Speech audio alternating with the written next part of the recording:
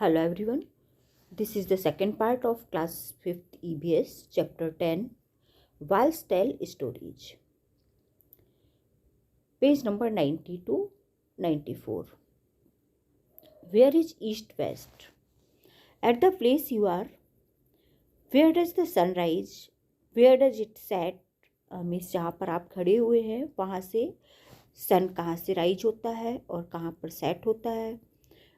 Where you are standing, आप कहाँ पर खड़े हुए हैं. Find out what all is there to your east, आपके ईस्ट में क्या है. What all is there to your west, आपके वेस्ट में क्या है.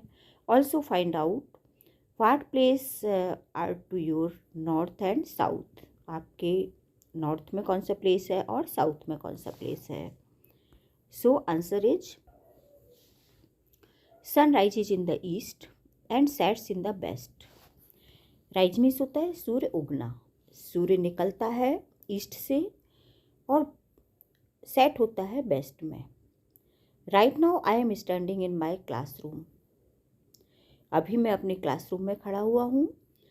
And from here the main gate of the school is in the east, और school का मेन गेट ईस्ट में है. And playground is in the west, और playground west में.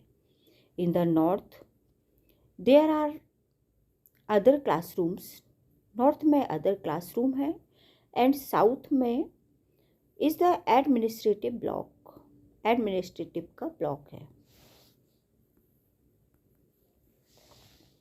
Now next question, tell and write. Look carefully at the map of Golconda. On the map arrows show all the 4 directions. अब next page में गोलकोंडा का map बना हुआ है और उसमें direction east west north south 4 direction होती है. वो डायरेक्शन इसमें शो की गई हैं एरो से. Look at the map of Golconda fort. ये गोलकोंडा फोर्ट का मैप है और इसमें 4 डायरेक्शंस हैं, north south east and waste.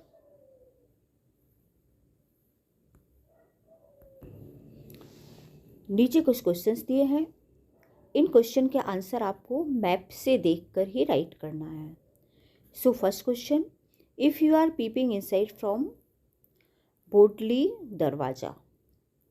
अगर आप बोडली दरवाज़ा से झांकते हैं या देखते हैं, बोडली दरवाज़ा के अंदर देखते हैं. In which direction from you in Kotara Hauz, Katora Hauz. तो कटोरा हॉज कौन सी डायरेक्शन में होगा, अब आप मैप में देखकर बताइए. Now answer is Katora Hauz is in north of Bodli दरवाज़ा.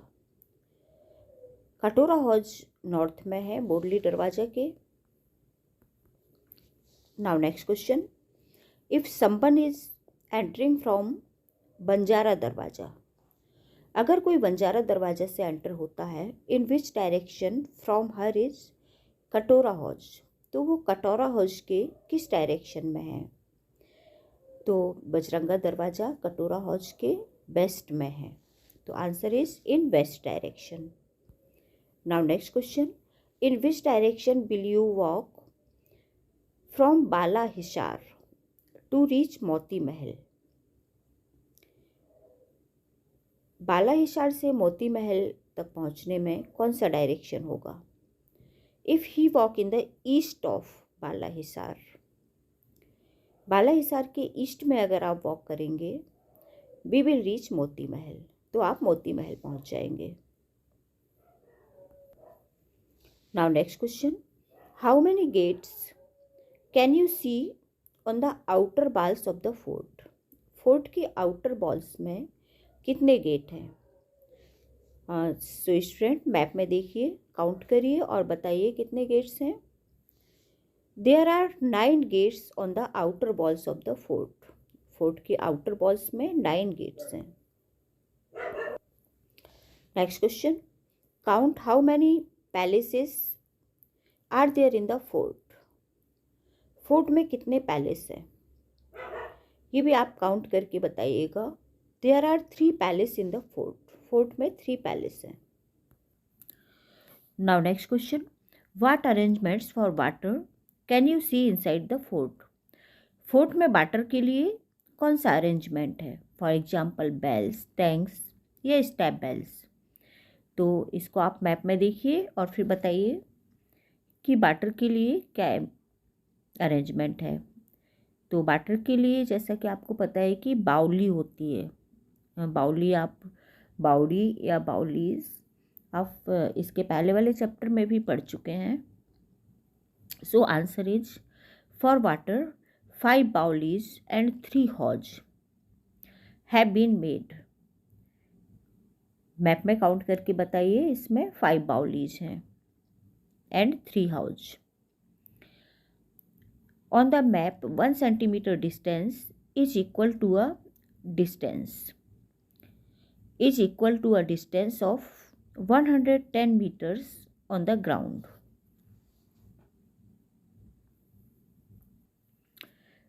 मैप में 110 मीटर को 1 सेंटीमीटर माना गया है।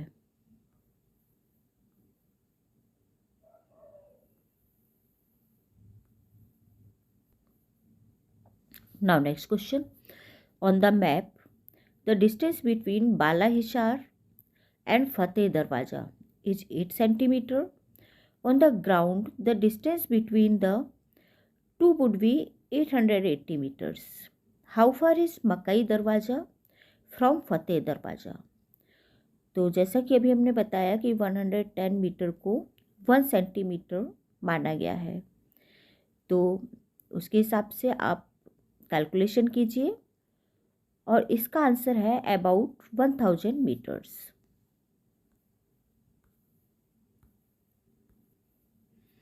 Now next question, have you recently read or heard about any country attacking or going to war with another country?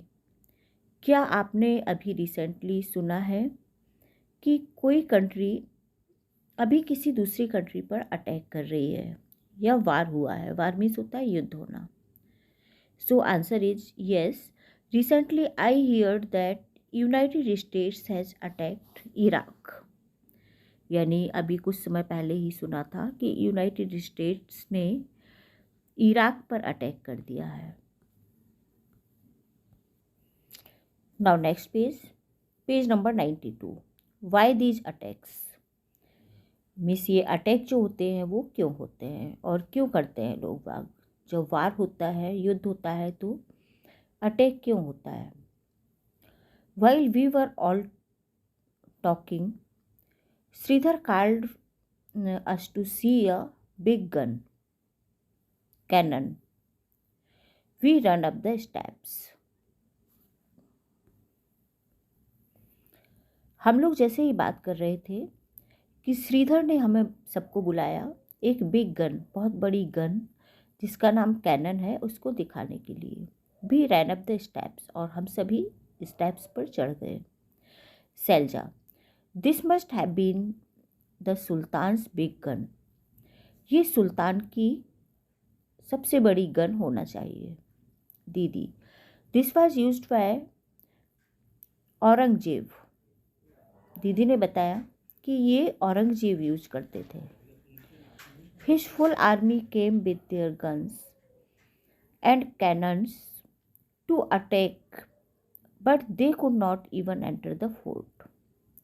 For 8 months, they camped outside the fort.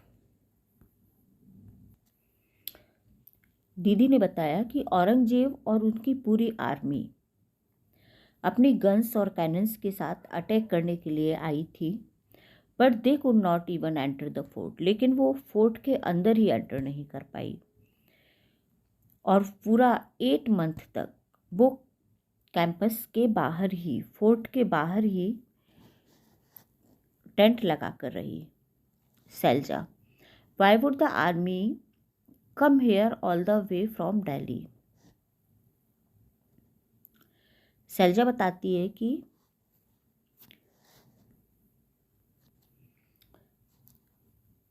Delhi से army यहाँ क्यों आई थी?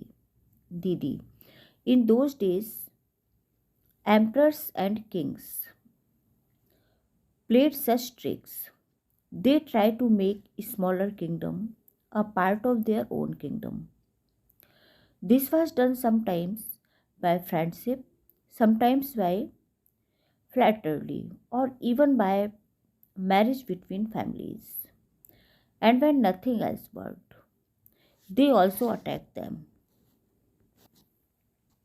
दीदी ने बताया कि उन दिनों एम्परर और किंग्स प्लेड सच ट्रिक, एक ट्रिक खेला उन्होंने, एम्परर एंड किंग्स ने, मीन शासक और राजा ने। They try to make smaller kingdom, वो एक स्मॉलर किंगडम बनाना चाहते थे, a part of their own kingdom, kingdom का एक पार्ट, मीन्स अलग से राज्य बनाना चाहते थे। This was done sometimes by friendship, और ये कुछ समय के लिए उन्होंने फ्रेंडशिप की, समटाइम्स बाय फ्लैटरली, और कभी उन्होंने लड़ाई की, even bye marriage between families, यहाँ तक कि वो अपनी फैमिली में मैरिज भी कर देते थे। And when nothing else worked, लेकिन फिर कुछ नहीं हुआ, दे ऑल्सो अटैक दैम, और फिर उन्होंने अटैक कर दिया। Kalyani, why is it that Aurangzeb's army could not get into the fort? Aurangzeb की आर्मी थी, वो फोर्ट के अंदर क्यों नहीं जा सकी? He had so many soldiers and big guns, जबकि उनके पास बहुत सारे सोल्जर्स थे और बहुत बड़ी बड़ी गन भी थी। Sailaja, didn't you see these strong thick walls? कहती कि तुमने वो थिक वॉल नहीं देखी क्या? In the map there is a long deep pitch along the wall, और वाल के किनारे जो गड्ढे थे, डिच मतलब जिसको गड्ढा कहते हैं, या pit. How could the army enter? तो आर्मी कैसे एंटर करेगी?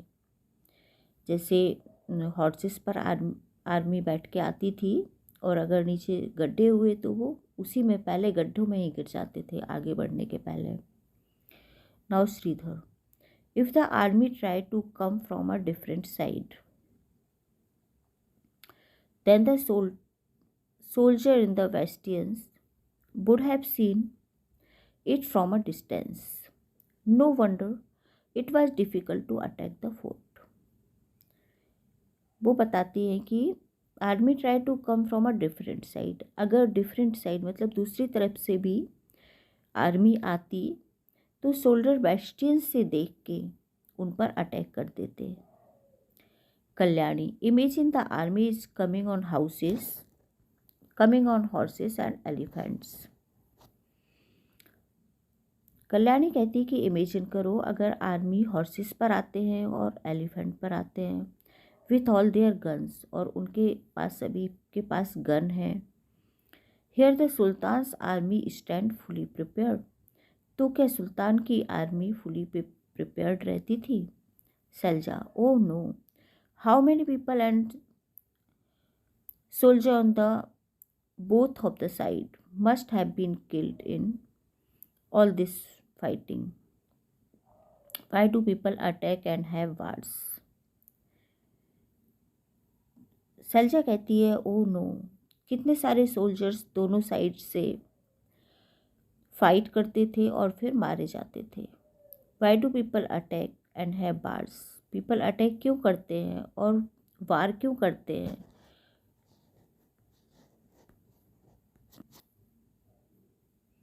Shridhar, guns and cannons are things of the past now. These days many countries have nuclear bombs. Shridhar ने बताया कि उस समय बहुत सारी कंट्री के पास न्यूक्लियर बम भी आ गए थे। A single bomb can cause so many destructions, means एक सिंगल बम भी बहुत नुकसान कर सकता था। Discuss, have you recently read or heard? ये क्वेश्चन का आंसर अभी हमने आपको बताया था। Now second question, find out what was the reason for this war? ये जो वार होता है उसका रीजन क्या है? Answer, the United States wanted to topple the Iraqi president Saddam Hussain. Means जो यूनाइटेड स्टेट्स था वो इराकी प्रेसिडेंट सद्दाम हुसैन को मारना चाहता था या गिराना चाहता था। Now next question, what kind of weapons, weapons means होता है हथियार, वर यूज्ड इन दिस वार, इस युद्ध में कौन से हथियार यूज होते थे? In this war many sophisticated fighter planes, tanks, helicopters, machine guns, and explosive etc. were used. Next question, what kind of destruction was caused because of this? इसमें means इस वार में किस तरह का डिस्ट्रक्शन होता था? Answer, there was a huge of life and property, many people were killed and a large number of buildings etc. were ruined. वो बताते हैं कि प्रॉपर्टी और बहुत सारे पीपल्स, किल्ड मीन्स होता है मरना, मर जाते थे, and large number of buildings etcetera, बहुत सारी बिल्डिंग भी क्षतिग्रस्त हो जाती थी। Now next question, the big gun that Sridhar saw made of bronze, एक जो बड़ी गन थी जिसको श्रीधर ने देखा वो ब्रॉन्ज की थी। Have you seen anything made of bronze? What, आपने और कोई चीज़ें भी ब्रॉन्ज से बनी हुई देखी हैं? Answer is yes, I have seen idols, medals, cannon and decorative goods made of the bronze. Next question, find out from your elders about some of the things made from bronze that were or are still used in your house. आप अपने elders से पूछिए कि bronze से कौन कौन सी वस्तुएं बनाई जाती हैं, कुछ आपके घर में भी होंगी। From its colour try to identify which one of them is made from copper, और कॉपर से बनी हुई थिंग्स को भी आप आइडेंटिफाई कीजिए कि कलर कौन सा होता है उनका। And which from brass and which from bronze, brass से बनी हुई, ब्रॉन्ज से और कॉपर से बनी हुई थिंग्स को आइडेंटिफाई करना है। Answer is, there are many idols and decorative goods which are still used in our house, जो हमारे हाउस में भी यूज होते हैं। Goods made up of copper are of reddish brown in colour, जो कॉपर से बने हुए सामान होते हैं वो रेडिश ब्राउन कलर के होते हैं। Brass goods are yellow while those made up of bronze are shiny grey black in color.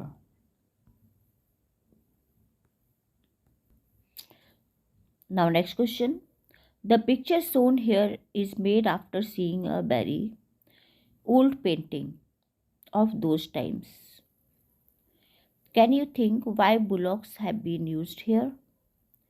यहाँ पर नीचे ये पिक्चर दिख रही है, ये बहुत ओल्ड पिक्चर है, ओल्ड पेंटिंग है। इसमें जो बुलॉक है वो पानी ड्रॉ करने का काम कर रहे हैं, मीन्स नीचे कुएं से ये बुलॉक है जो बैल, ये बैल चलते हैं और पानी ऊपर से नीचे से ऊपर आता है। और ये जो बॉक्स बने हुए हैं इस तरह से सर्किल टाइप में बॉक्स बने हुए हैं, इन बॉक्स में नीचे से पानी आता है ऊपर और फिर ऊपर जाके गिर जाता है और गिर के ये जो खेत होते हैं उनमें चला जाता है। So answer is, bullocks are used to uplift the water. ये जो मशीन लगी हुई है इसमें बुलॉक क्या काम करते हैं, मीन्स वाटर को अपलिफ्ट करते, ऊपर की ओर खींचते हैं। Now next question, use your hand movement to show in which direction in the drum attacked on the road moves when the bullock move. अब ये जो पहले हमने ये पिक्चर आपको दिखाई थी, जिसमें बुलॉक पानी खींचता है ऊपर, उसी में आपको बताना है। Use your hand movement, means hand का मूवमेंट करके आपको बताना है कि जो ड्रम है वो attacked on the road, moves when bullock move, means जिस डायरेक्शन में बुलॉक मूव हो रहे हैं तो ड्रम किस डायरेक्शन में मूव होता है, उसके अपोजिट डायरेक्शन में, मीन्स एंटी क्लॉक डायरेक्शन में मूव होता है। So answer is the drum will move in anti clock direction. Now next question, in which direction would the toothed wheel move. अब इसमें पिक्चर में एक टूथेड व्हील भी लगा हुआ है, तो वो किस डायरेक्शन में मूव होगा। टूथेड व्हील क्लॉकवाइज डायरेक्शन में मूव होगा। सो answer is it will move in clockwise direction. Now next question. Now imagine how would these garlands of pots lift water from the well. Garlands of pots means pots की जो माला बनी हुई है वो किस तरह से वाटर को लिफ्ट करती है, ऊपर की ओर उठाती है। Now answer, the bullocks move the drum. Bullocks drum को मूव करते हैं, which in turn moves the toothed wheel, जिससे टूथेड व्हील मूव होता है। From this wheel garland, wheel is connected through a rod, और जो गार्लैंड व्हील है वो एक रॉड से कनेक्ट है। So as the toothed wheel move, इसलिए जब टूथेड व्हील मूव होते हैं इट रोटेट्स द गार्लैंड्स, वो गार्लैंड्स को रोटेट्स करते हैं। And thus water is lifted from the well, और वाटर कुएं से ऊपर आ जाता है। Now next question, do you now get some idea about how the tanks could have been filled by lifting water from the wells. इस question में पूछा गया है कि आप कुछ आइडिया बता सकते हैं कि tank could have been filled by lifting water from the well, means well से पानी निकालकर, कुएं से पानी निकालकर टैंक को किस तरह से फिल किया जा सकता है। Now answer is yes, the tanks could have been filled by the lifting water from the wells using this technique. अभी जो बुलॉक वाली टेक्निक बताई है उसी टेक्निक से टैंक को फिल किया जा सकता है। Now next question, where else have you seen such wheels attached to each other? For example, in the gear of a cycle or somewhere else. जिस तरह से अभी इस पिक्चर में व्हील्स अटैच हैं एक दूसरे से, उस तरह और आपने कहाँ देखे हैं, एक तो गियर वाले साइकिल में और समवेयर एल्स।